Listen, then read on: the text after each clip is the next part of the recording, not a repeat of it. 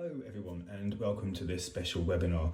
My name is Jason and my official title is McKenzie Friend, but you could also call me a steadfast ally, a guiding hand and a relentless advocate for justice and fairness in family court.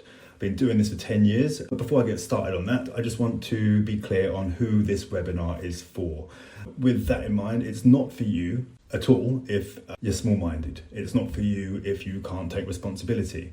Any of your actions that may have been right or may have been wrong previously in your relationship. It's not for you if you entertain the blame culture.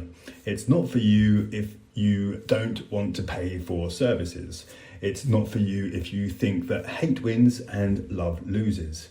It is for you if you are open-minded enough to and peaceful enough to understand that relationships break down, and it's both people's responsibility to share that burden. It is for you if you are thinking of using a solicitor or a family lawyer or even a McKenzie Friend if you're going to be paying for services going through family court. But you want to make sure you know who you're buying into. If you're thinking about McKenzie Friends, then that's probably why you're watching this. That's why I'm doing this, because I know that there are many people who speak about me in a negative connotation. I've been doing this for 10 years, like I said a moment ago.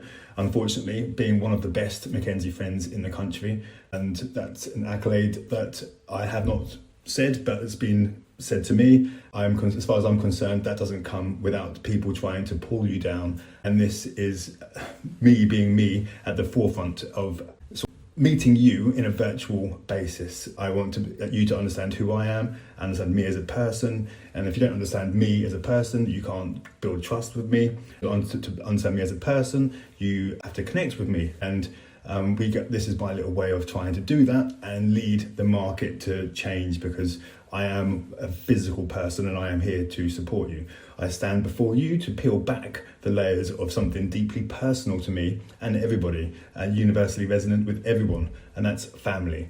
The purpose of this webinar, like I say, is for you to know me and understand me as a person, the person you may have working for you. This world of McKenzie Friends is unregulated. I do favour regulation, which is why I'm pursuing extra education in the sense of law and psychology. But if you're considering using a McKenzie Friend and you're spiralling through the underworld of Facebook groups and various McKenzie Friend websites, I wanted to take this unique approach and introduce myself to you personally. And hopefully you'll leave this webinar equipped with some actionable advice, some clarity on some legal jargon, and the comfort of knowing that you're not alone. Hopefully you will see that I am genuinely here to help, and it's not by chance that our paths have crossed. I believe that in the stars and the moons and fate, and putting things into place for us when needed. This is an opportunity for you, and whether you take this opportunity is entirely up to you. This is scripted to give me some sort of direction, but I am known to come off script, and I will no doubt come off script. I believe in being authentically you, and that is the biggest and the first big message that I can give you. Being authentically you is the biggest strength you have in family court. We will go on and elaborate about that shortly.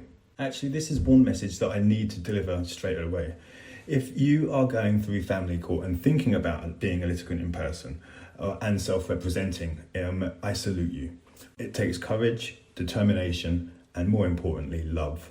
Sincere love is what you need to get through the coming months, maybe years. Love for your children, and the love your children or child have for you will carry you through.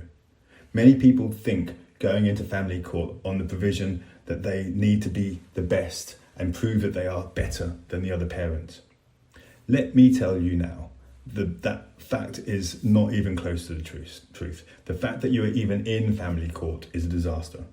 The court will take the view that you are both in this together, and one person's faults are both persons' faults. It always takes two. Being armed with this and authentically being yourself is vital to building a relationship with the court. If you are angry, that's fine, but that's not authentically you. That's a persona or an emotional feeling, actions which will result in actions that anger will not be best served in court.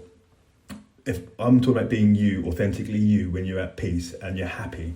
Now, you would ask me right now, how are you supposed to feel this or do this when you could be being homeless or losing your family home and you've got false allegations coming at you. The answers to this, I hope I can give you throughout the course of our relationship and the journey together going through this family court process.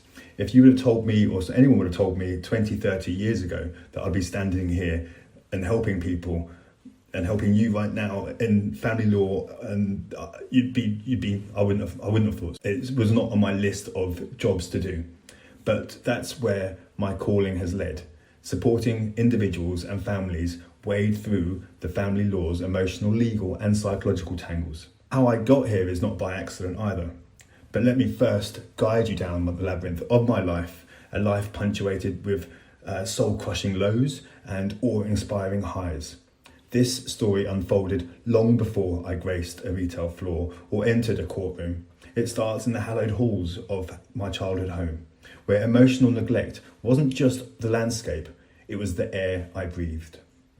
Imagine a young child stranded in a house so emotionally barren that the notion of a birthday card or Christmas presents beyond adolescence becomes as elusive as grasping a falling star. That child, my friends, is me. The vacuum of emotional support could have crippled many spirits, but for me it serves as an unyielding fuel, an explosive force that ignites me and ignites an unquestionable desire to validate my worth. For a glimmering moment, it seems like I'm sprinting down the right road.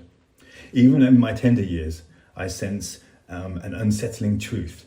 My family is an aberration. It's a vague sensation, at first a murky premonition, but then the day arrives, my brothers and I, elated. I have spent the day swimming. We have convened around the kitchen table celebrating that one birthday chorus. But the air is so thick and fraught that you'd think you could slice the tension like a loaf of bread. And just as we finish singing happy birthday, a cup hurls and projects across the room, returned with a plate slammed back in defiance. Doors slam and my mother finds sanctuary behind locked doors. That day also marks the end of my birthday celebrations. Within days, my parents unveiled the bitter truth. They were divorcing, and my life and my brother's lives were about to change forever. Now, if you've ever been the child of a fractured family, you know the gut-wrenching sensation of watching the pillars of your universe crumble into dust. Aged in endless corrosive fights, my life was never a fairy tale. I've spent nights in a refuge where snails crept up the walls as if mirroring our slow climb out of despair. But after that announcement, I'm free falling. I'm free falling without a parachute. And that Christmas was an emotional minefield. My mum soon packs up with her emotions afterwards and leaves, shifting the burden of the family substance onto the frail shoulders of my father, who was useless. That I felt it necessary to pick up the steps where he could not. I remember following my mother. I was in year 6 or 7 in primary school, hopping out of school, following her to her workplace, following her home to where she was staying in a bedsit in Pembroke Close, I believe it to be. And I was literally begging her to come home. She gave me £1 that day to feed my brothers because, as I was explaining to her, we had no money. My father was wasting all the money putting into a phone box, calling Malaysia. Back then they didn't have Tinder, they had postage. It was postage, all done by the post. And we had no money by the end of the weekend. And when you're smelling the fresh Sunday roast that's being cooked by your neighbours and you're left with cups of gravy for your Sunday roast. I found myself working down the market on a Friday morning before school. This was after my mum had come back to live in the home. They managed to, however they sorted it out, I don't know if they did family court or not, but she come back into their family home. She worked really hard to make sure that we were looked after and cared for. But she couldn't do as much as she did because she had a breakdown. She had a breakdown, and there becomes part of the journey. You find that I found that I was having to look after my family. But this is where I found my strength. I turned adversity into advocacy. I turn these hard times into positive times. I endure the heartbreak and I make sure that people don't feel that.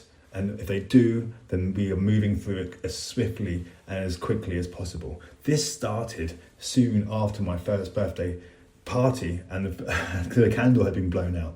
And ever since then, my life was in a swirling vortex, and I found myself in various positions of having to care for my siblings to prevent them going into foster care, juggling working on a market stall on a Friday before school, and then hopping on a bus to Bury St Edmunds to get to school.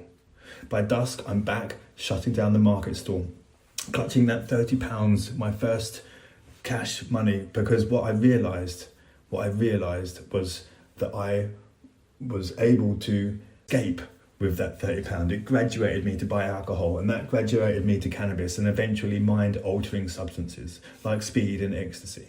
Cocaine was later in the years.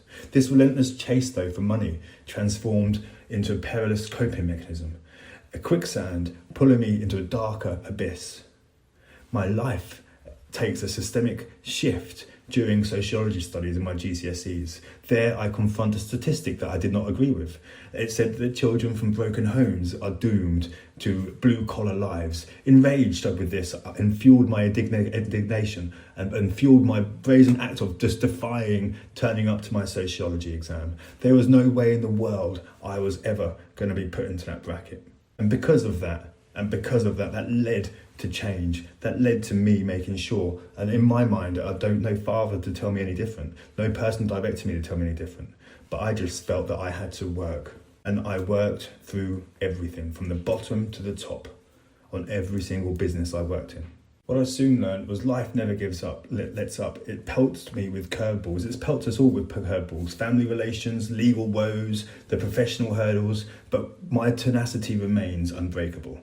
I rise through the ranks from call centres to retail floors, eternally chasing that dangling carrot of excellence. Yet, in this relentless pursuit of external accolades, it spiraled me into more substance abuse, taking a toll on every aspect of my life, from family troubles, brushes with the law, a roller coaster of jobs from call centres to retail. But I was relentless in what I was striving for, and what I was striving for was to be the best at anything I did.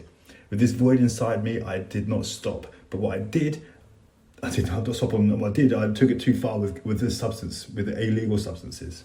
And then I found this statistic, reinventing its massive head and highlighting the fact that I am a blue-collar worker from a broken family and I am destined to a life of mediocrity. That was, for me, no way. I am not going to be a cog in this machine. I refuse to be beaten by anything or anyone. And that is as far as what's brought me here today. But let's go back to the first summer holidays of the jobs when I was earning money. I was working in a massive fridge. One of the first jobs I ever had, and I met this guy called Terry, and he introduced me to ecstasy. Again, spiraled into a self-destruction because of what I was having to deal with at my family home. Money, it's this elusive thing that promises happiness. I showered it on my family, trying to fill their lives with comfort. We never had things that I was giving them, but then everything I was giving them, I kept feeling empty and emptier and emptier. I turned 16 after the summer holidays, and I went back to being in further education. I wanted to be an actor. My drama teacher would say things like, "Jason, take a deep breath, just take a deep breath, breathe, damn it." And like I say, I'm from a dysfunctional family. I was never going to be an actor. I didn't have the support I needed. But I did recognise myself, and I did realise that the statistics were potentially true. But I refused to be a waste collector like society had expected of me. But this was a turning point in my life when I defied social expectations. My answer was simple, like I said earlier, just work. Just keep working. Just work like there's no tomorrow. Work like you cannot work anymore. Even when life gave me curveballs, I had to keep going. My mum had a breakdown. I said I ended up dropping out of the sixth form and ended up working nights, in making filing cabinet drawers. Even to my merit there, I managed to be the best at that with the help of speed, no doubt, and extracurricular activities. But my family was suffocating me. My mum tried to end her life again with tablets that I had hidden.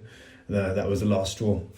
I had to leave. Years flew by, and I'd become the maestro of the pub game and the retail mobile phone sales game, transforming failing stores and pubs into award-winning accolades. Check satisfaction? Far from it. Still not satisfied. Life led me to Carphone Warehouse, where again I excelled as a salesperson, only to find myself amidst of more chaos and substances. Then a friend opened a new door in the pharmaceutical regulatory affairs recruitment world. It should have been a dream, but it felt like inferior, like a fish out of water. Now, years into this journey, after all the ups and downs, I know where I belong. And it's not in an office, behind a desk. It's not out there in the field helping people, motivating them. It's here. It's here, and I am still figuring it out. And it's here, I'm clear. I won't be another statistic. I'm not another cog in the machine. I'll be the one that breaks the mold, no matter what it takes. Still, my journey ultimately ushers me back to my genuine passion. Empowering people, invigorating teams, pubs, corporate, the pub game, corporate boardrooms. But all along the winding road, epiphanies hit you. Draws me to the real fulfillment that springs not from societal accolades or financial riches, but from deeply authentic connections with the world and the souls that inhabit it. Labyrinths of family law, you might be asking, why am I traversing this thicket? Well, that's a deep query worthy of a deep scrutiny. To answer, I invite you to enter the caverns of my odyssey, a trek that starts with the fallacious facade of what it means to be a man. The notion seared into me: work tirelessly, accumulate wealth, ascend the social ladder, and you've been fulfilled as your masculine role. But here's the paradox within that confines of a relationship: that feverish chase can be weaponized by a partner whose intent is your usurpation. Have you ever wrestled with an angry ex? If you have, then you'd understand the entanglements of ego, control, and absolute narcissism. Narcissistic abuse is an unwavering term, yet useless in terms of when you're wading through the dark, murky waters of relentless gaslighting, where your identity is eroded. You've got yet to grasp the horror. For years and years, that felt like an eternity for me. I did contend with courtrooms, a decade littered with 7 varying cases between me and my ex-partner, when she attempted to extinguish my spirit. Oh, and those frivolous court appearances, a charade, it's all just a charade. It serves no purpose other than to drain you emotionally and financially. And the children, the innocent souls caught in the crossfire of I've dreamed of harmonious co-parenting relationships, but the mother of my child remains obstinate. The casualty in this is my daughter, the bystander to which theatre of conflict which she did not ask to be part of. Ladies and gentlemen, the ordeal has revelations. It's unveiled, it's illusory of these battles, but more importantly, it's unveiled to me what type of father I could be, what type of man I should be. The corrosive anger gnawing at me for 7 years had to dissipate for the sake of my daughter. Today, I stand before you, having fought through the labyrinth and emerged with a shared care order. It wasn't through a result of continuous litigations, nor the consumption of tens of thousands of legal fees. Instead, it was about strategic empathy, constructive resistance. Some advocates might say, enter the family court with that burning rage in your belly. I'm afraid I have to disagree, for that fire should be your eternal furnace, propelling you to rise, metamorphosis, and become your finest version of a parent that you can be. Owning your errors, ladies and gentlemen, is not an admission of defeat. It is a display of authenticity. It's a nod to our fragile humanity. And let me be clear, the journey through the family court is a harrowing rite of passage. It will test your resolve. It will scare you. But how you wield those scars makes all the difference. That's why you need someone like me to guide you, gently, walking with you. Just if your story mirrors mine, or you're besieged by complexities, betrayal of the system that seems relentlessly oppressive, I extend my hand. I've walked this path, I've guided others through it, and I can guide you through it, not by conventional means, but by a philosophy carved by adversity and vindicated by triumph. You don't have to suffer in silence. You have to be more than a statistic. In bearing the pain, you have paved the way for your future's for the future where your child respects you, not just as a parent, but as an exemplar of resilience and moral courage. You may wonder, what authority do I hold to guide you through this quicksand of family court? And that, my friends, is an essential inquiry. I found myself entangled in gnarled branches of family law, not as an impassive observer, but as a central participant. I've contended with 7 desperate cases over an arduous decade of marathon of legal wrangling with my ex-wife. But don't mistake this for more than survival. This is forged expertise wrought with the crucible of emotional and judicial combat that I've encountered, the catastrophic bureaucracy where filing a motion transmits into existential dilemmas.